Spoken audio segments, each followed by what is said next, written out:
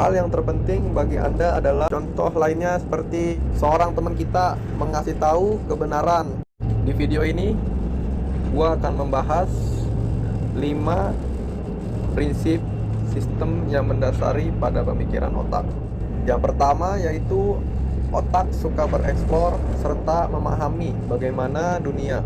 Selama kita masih diberikan umur yang diberkahi, otak kita akan terus selalu bereksplor untuk terus memahami dan mempelajari dengan berdasarkan pengalaman yang telah kita pelajari sebelumnya atau yang telah kita alami sebelumnya. Otak juga terus bereksplor untuk mencari data-data baru untuk menemukan suatu hal yang baru pada dalam dunia.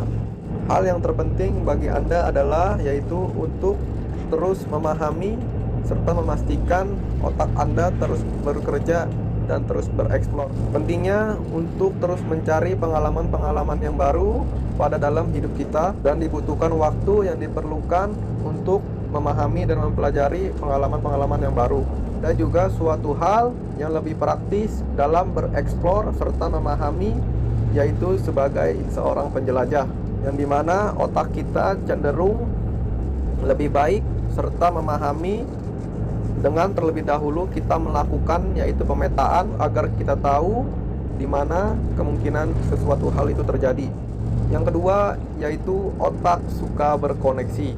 Cara otak belajar adalah dengan membuat sistem secara berkoneksi seperti akson dan dendrit, yang dimana dendrit berfungsi mengirimkan impuls ke badan sel saraf, sedangkan akson berfungsi mengirimkan impuls dari badan ke jaringan saraf lain. Akson dan dendrit terhubung sesama untuk memungkinkan makna dan pembelajaran mengalir dari satu neuron ke neuron lainnya. Faktanya, otak kita sangat baik dalam membuat koneksi, sehingga seringkali mencoba untuk mengisi kekosongan bahkan ketika kita mendapatkan informasi yang hilang. Contohnya seperti Anda melihat seekor kucing bergerak di belakang pagar, dan meskipun bagian-bagian pada kucing tersebut terhalang oleh pagar, otak Anda mengisi sisanya dan bahwa Anda mengira itu seperti kucing yang utuh. Padahal sudah jelas dengan mata kita lihat bahwa kucing tersebut pada bagian-bagian tubuhnya terhalang oleh pagar-pagar. Tetapi otak kita berasumsi bahwa kucing itu secara utuh atau tidak ada halangan-halangan lain. Contoh lainnya seperti seorang teman kita mengasih tahu kebenaran atau hanya memberikan sepotong informasi yang kita butuhkan, lalu secara otomatis otak kita akan berkoneksi untuk mengisi kekosongan dari berita yang teman kita ngasih tahu kepada kita. Jika Anda mencoba untuk menyelesaikan suatu masalah, cenderungan ini suatu hal yang bersifat positif. Tetapi jika Anda mencoba untuk berkomunikasi pada keluarga Anda atau bahkan orang yang percaya kepada Anda, dan Anda hanya memberikan atau menyampaikan sebuah informasi secara sepotong, hal itu dapat menimbulkan kecurigaan, gosip, kegelisahan bagi orang lain karena otak mereka bekerja untuk berkoneksi mengisi kekosongan informasi dari yang Anda sampaikan secara terpotong tersebut atau tidak lengkap. Yang ketiga, otak berkembang dengan pola.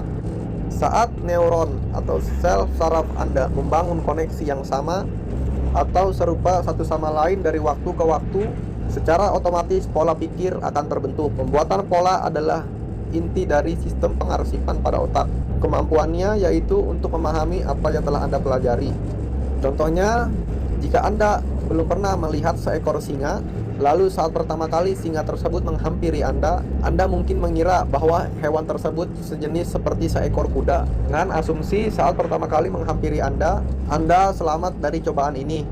Lain kali saat singa tersebut menghampiri Anda kedua kalinya, pasti Anda mulai berjaga jarak bahwa Anda telah memahami bahwa itu seekor singa, dikarenakan bahwa otak Anda telah memperhatikan serta memahami bahwa dengan makhluk berwarna kuning kecoklatan serta raungan dari suara tersebut yang mengkhawatirkan akan berbahaya bagi Anda. Sebuah pola pikir telah ditetapkan. Semua hewan singa yang Anda lihat ke depannya nanti pasti otak secara otomatis akan mengelompokkan bahwa binatang tersebut termasuk binatang yang berbahaya atau binatang buas.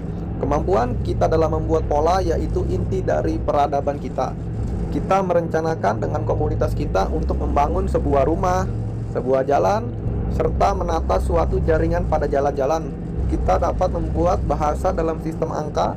Menariknya, pengetahuan yang sangat positif ini juga dapat membatasi potensi kita ketika pola-pola tertentu mendarah daging dan akibatnya kita menjadi resisten terhadap suatu perubahan.